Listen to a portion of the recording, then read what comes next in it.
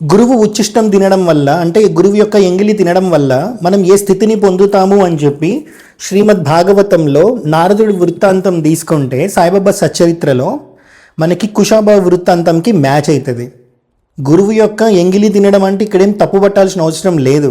గురువు నిన్ను ఉద్ధరించాలి అని అంటే 18 రకాలుగా నిన్ను ఉద్ధరిస్తాడు. అందులో ఉచ్ఛిష్టం ఒక ఎగ్జాంపుల్ ఉద్ధరించడంలో, అంటే గురువు యొక్క ఎంగిలి. అవి ఏంటి అనేది వీడియో చివరిదాకా చూస్తే మీకు అర్థమవుతుంది, తప్పకుండా చూడండి. లలిత్ గారు సాయిబాబా సచ్చరిత్రలో ఆ కుషాబా వృత్తాంతం తీసుకొని చాలా చండాలమైన తమ్మునేలు పెట్టి వక్రీకరించి మరీ వీడియో చేసిండు అన్నట్టు. ఇప్పుడు నేను చెప్తుంది శ్రీమద్ భాగవతం నుంచి కదా, ఇది ప్రమాణమే కదా, నారదుడి వృత్తాంతమే చెప్తున్నా. ఇప్పుడు మనకి శ్వేతవరాహ కల్పంలో మనం ఉన్నాం. ఇంతకు ముందు కల్పం పేరు పద్మకల్పం. పద్మకల్పంలో ఇప్పుడు ఎవరైతే నారదుడు ఉన్నారో ఆయన ఆ పద్మకల్పంలో ఒక దాసి కొడుకు, అంటే ఒక పనామె కొడుకు, బ్రాహ్మణుల ఇంట్లో పని చేస్తూ ఉంటుంది. నారదుడికి అంటే ఇప్పుడు నారదుడు ఎవరైతే అప్పుడు ఒక పని ఆమె కొడుకులాగా ఉన్నాడో అప్పుడు అతనికి 5 సంవత్సరాలు ఉంటాయి. ఆ బ్రాహ్మణులు ఏ పని చెప్పినా చాలా చక్కగా నిర్వర్తిస్తూ ఉంటారు ఈ ఇద్దరు. అయితే ఒకసారి వేరే బ్రాహ్మణులు ఒక నలుగురు అటుగా వెళ్తూ ఈ బ్రాహ్మణుల ఇంట్లో చాతుర్మాస్య దీక్ష కోసం వస్తారంటే 4 months ఉండడానికని వస్తారన్నట్టు. అయితే చాతుర్మాస్యం చేయడానికి ఎవరైతే వచ్చారో నలుగురు బ్రాహ్మణులు వాళ్ళు మహాభాగవతులు. సో అలాంటి వాళ్ళకి సేవ చేసుకునే భాగ్యం ఆ పిల్లోడికి దక్కింది. వాళ్ళ అమ్మతో పాటు ఆ నలుగురికి కావాల్సిన వసతులు, వాళ్ళకి ఏం కావాలంటే అవన్నీ వీళ్ళు అరేంజ్ చేసేవాళ్ళు అన్నట్టు. అయితే ఈ పిల్లోడికి అప్పుడు 5 సంవత్సరాలే కదా, ఆ 4 నెలలు ఆ భాగవతులు ఎవరైతే వచ్చారో చాతుర్మాస్యానికి వాళ్ళకి చాలా గొప్పగా సేవ చేసేవాడు. వాళ్ళ దగ్గర నుంచి చాలా గొప్ప గొప్ప విషయాలు పరమాత్మ గురించి తెలుసుకున్నాడు. ఆ 4 నెలలు వాళ్ళతో ఉన్నప్పుడు ఒక పూట మాత్రమే 5 ఏళ్ల పిల్లోడు తినేవాడు. ఇక్కడ ఏది తినేవాడు? మళ్ళీ ఆ నలుగురు ఏదైతే తిన్నారో ఆ 4 పళ్ళలలో మిగిలింది మాత్రమే ఆయన తినేవాడు ఒకటే పూట. 5 ఏళ్ల పిల్లవాడు ఇంత గొప్పగా సేవ చేస్తుంటే, అంత గొప్పగా గురువులకి శుశ్రూష చేస్తుంటే వాళ్ళకి నచ్చి ఇతన్ని ఉద్ధరిద్దామని చెప్పి ఆ పిల్లోడికి ద్వాదశాక్షర మంత్రాన్ని ఉపదేశిస్తారు. ద్వాదశాక్షర మంత్రము అని అంటే ఓం నమో భగవతే వాసుదేవాయ అని చెప్పి. ఎందుకు అని అంటే వాళ్ళు శ్రీహరి యొక్క కీర్తనలు అదే పనిగా రోజుకి 3 పూటలు గానం చేసేవాళ్ళు, అందులోనే రమిస్తూ ఉండేవాళ్ళు. వాళ్ళని చూస్తూ ఈ పిల్లవాడు తనలో ఉన్న రజస్తమో గుణాలని తొలగించుకున్నారన్నట్టు. ఇందాక నేను చెప్పాను కదా, ఈ పిల్లోడు ఆ యోగులకి సేవ చేస్తూ రోజుకి ఒక పూట మాత్రమే తినేవాడు. ఏం తినేవాడు? ఆ యోగులు తిన్నాక మిగిలింది ఆ ఉచ్ఛిష్టం ఈయన తినేవాళ్ళు. ఇక్కడ శ్రీమద్ భాగవతంలో దీని గురించి ఏం చెప్తున్నారో చదివి చూపిస్తాను చూడండి. వారి అనుమతితో వారు తినగా మిగిలిన ఆహార పదార్థములను ప్రసాద రూపముగా ఒక్క పూట మాత్రమే భుజించి ఆ పాత్రలను శుభ్రము చేయుచుండెడి వాడను అని ఉంది. ఇక్కడ ఇది మనం సత్సాంగత్యం లాగా చూడాలి. ఆడు ఎంగిల్ తిన్నాడని చెప్పి గతిలేక ఎంగిల్ తినడం కాదు, అది గురువులకి చేసే శుశ్రూషలో ఒక భాగం. ఈ లలిత్ వాళ్ళకి ఏం తెలుస్తాయి? గురువుది ఎప్పుడన్నా తింటే కదా తెలుస్తుంది. అదే ఇది కాదు, గురువు ఉచ్ఛిష్టం అంటున్నా నేను. అది తెలియదు కాబట్టి అడ్డమైన తమ్నేల్ ఒకటి పెట్టి మీరు ఈ వీడియో చూసే వాంతులు చేసుకుంటారని చెప్పి గలీజ్గా చెప్పాడు అన్నట్టు.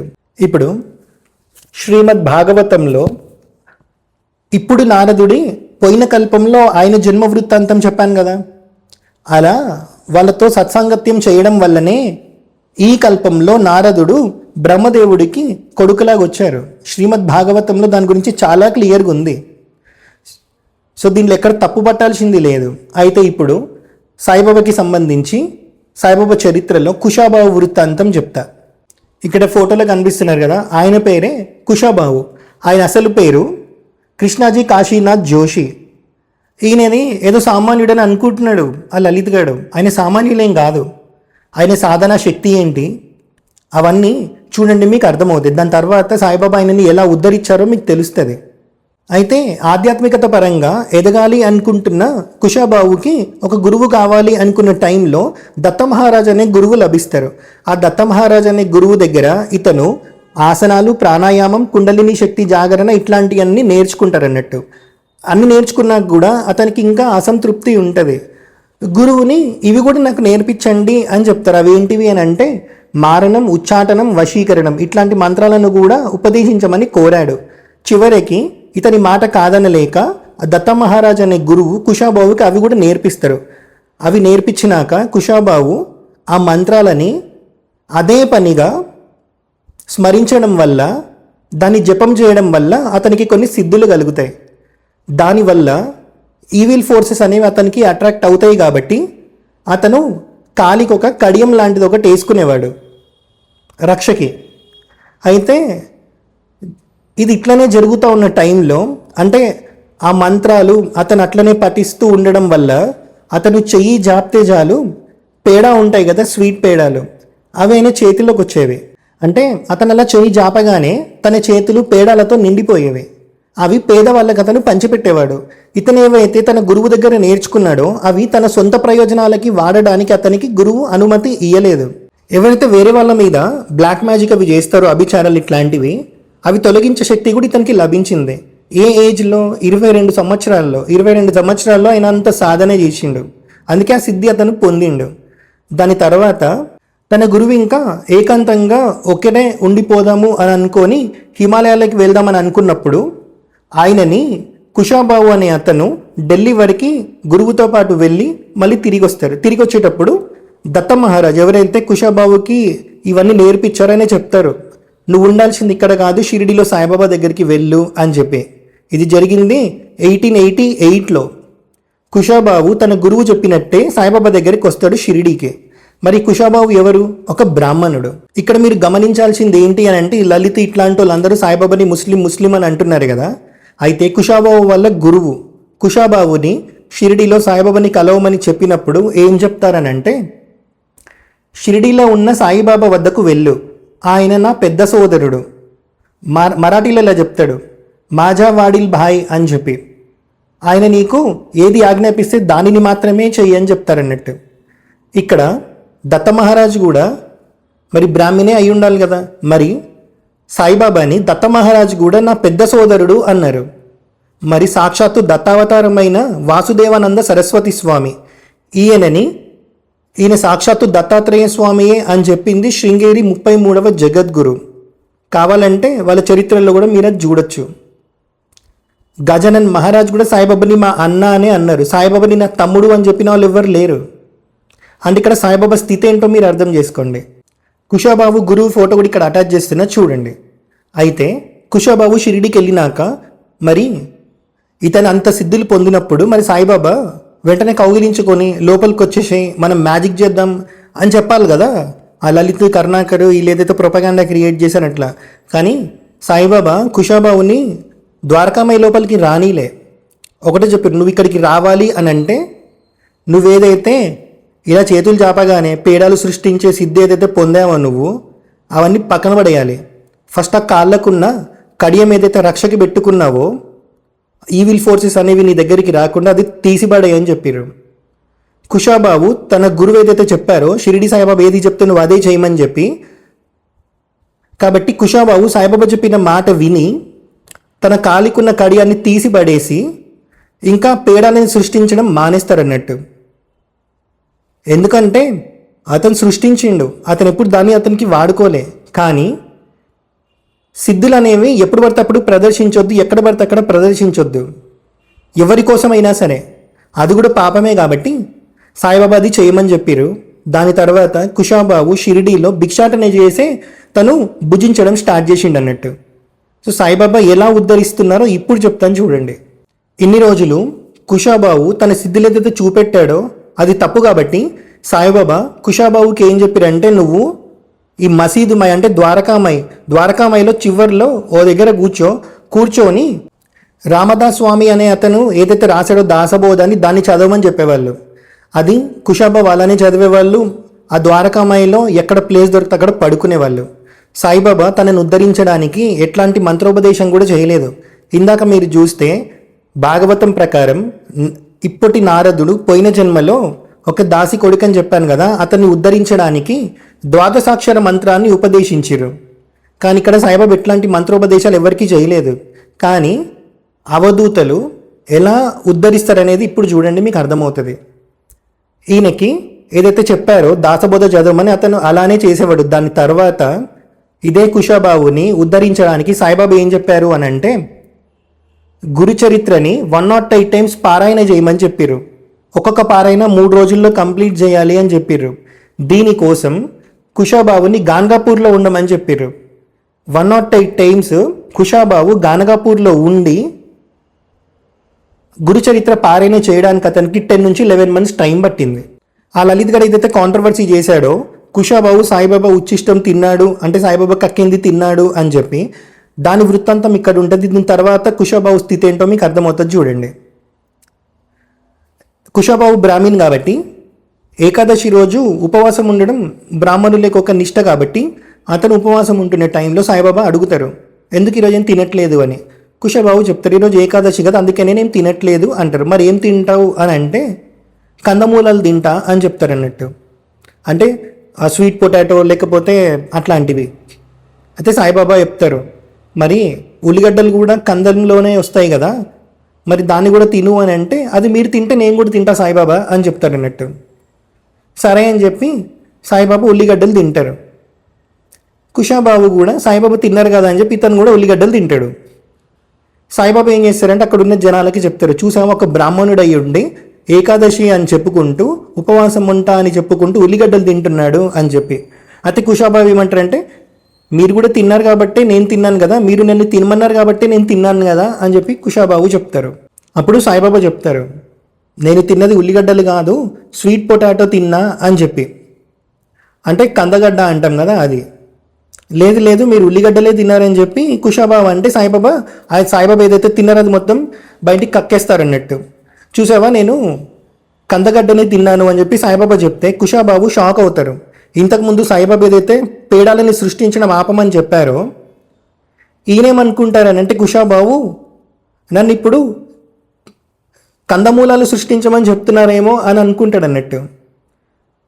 అయితే గురువు ఉచ్చిష్టం తింటే ఏ స్థితి పొందుతామో కుషాబాబుకి తెలుసు కాబట్టి అంతకన్నా తొందరగా గురువు మనల్ని ఉద్ధరించడానికి ఇంకొక మార్గం లేదేమో అనుకొని సాయిబాబా ఏదైతే కక్కారో దాన్ని కుషాబాబు తింటారు. సాయిబాబా అప్పటికి వద్దు వద్దు వద్దనే చెప్తుంటారు.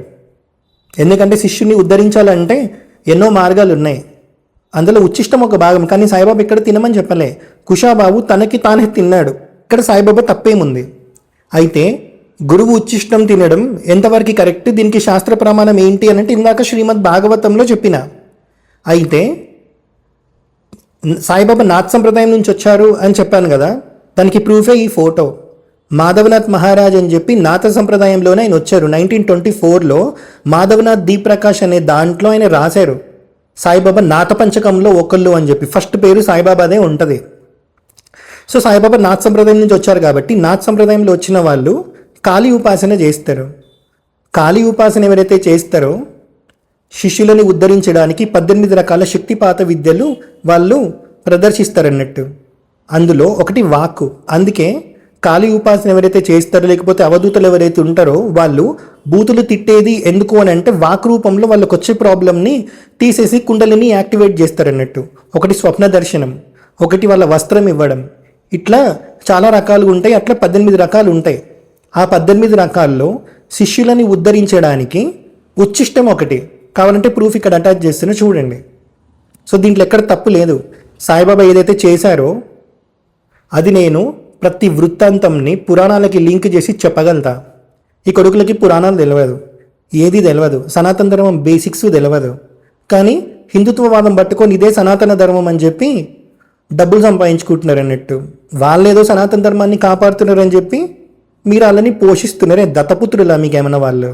మీరు బిచ్చం వేస్తే వాళ్ళు బ్రతుకుతున్నారు. ఒకసారి గుర్తు చేసుకోండి మీరు ఏం కోల్పోతున్నారు అనేది. దీని తర్వాత కుషాబాబు స్థితియే మారిపోతుంది. దాని తర్వాత ఆయన కుషాబాబుకి ఎక్కడికి వెళ్ళాలో ఒక ప్రదేశం పేరు చెప్తారు. అక్కడికి వెళ్ళాక అక్కడ ఏం జరుగుతుందో చూడండి. ఒక సందర్భంలో బాబా కుషాబాబుతో ఇలా అన్నారు, నన్ను చూడడానికి ఇంత దూరం నుండి ఎందుకు వస్తున్నావు, అంత కష్టపడుతున్నావు ఎందుకు, నేను అక్కడే ఉన్నాను కదా అని అంటారు అన్నట్టు. ఆ మాటలు అర్థం కుషాబావుకు వెంటనే అర్థం కాలేదు. అప్పుడు బాబా మీర్జ్గావ్లో ఉన్న ఒక నిర్దిష్ట భూమి స్థలాన్ని వివరంగా చెప్పారు. కుషాబావు అక్కడికి వెళ్ళి ఆ స్థలమంతా పెరిగిన ముళ్ళను తొలగించగా అక్కడ ఒక సమాధి కనిపించింది. ఆ సమాధి గురించి చూడండి. ఆ సమాధి ఆయన పూజించడం ప్రారంభించాడు. అక్కడ ఆయనకు ఆ సమాధికి చెందిన దత్తబాబా దర్శనం కలిగింది. ఆ దత్తబాబా ప్రతి సంవత్సరం దత్త జయంతి రోజున ఒక్కసారి మాత్రమే ప్రత్యక్షమవుతారని చెబుతారు. అయితే ఆ మహాత్ముని అసలు పేరు ఫకీర్ షా. ఇక్కడ ఫకీర్ షా అని పేరుంది. మరి సాయిబాబా అక్కడికి ఆయనని పంపించారు. ఆయనకి ఇంకొక పేరేంటిది? దత్తబాబా.